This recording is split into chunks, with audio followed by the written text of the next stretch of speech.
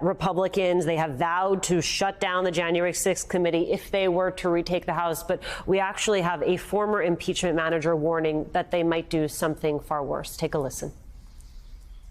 If the Republicans win the House and Kevin McCarthy is the Speaker of the House, can anyone actually say with certainty that he will certify the election results if Donald Trump runs and loses? Of course he won't. We already know that he did it once. They will move to impeach cabinet officers. They will occupy the time of the Judiciary Committee with lots of specious arguments about the president and about his administration in an effort, again, to just undermine the work of the president and the work of the administration, and really to undermine the things that we have gotten done for the American people.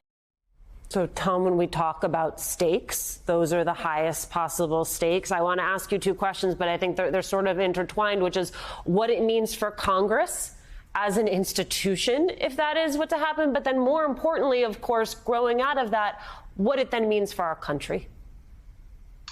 What it means for Congress is that if the Republicans take the House and the Senate, or either of those bodies, the Republican Party has completely collapsed as anything like an instrument of government or even a real political party. It's just a cult of personality where the nominal leaders of that party are either cowards or true believers, and I think most of them are just cowards. They're not going to stand up to their own primary voters. They want to cover their backsides and keep their jobs. They don't want to have to leave the Emerald City and go home, and they'll say or do anything to stay where they are. And that means the implication for the country is that they will gladly sow chaos, be guided by their own fringe, rather than even govern the country. I mean, the Republicans talk about policy.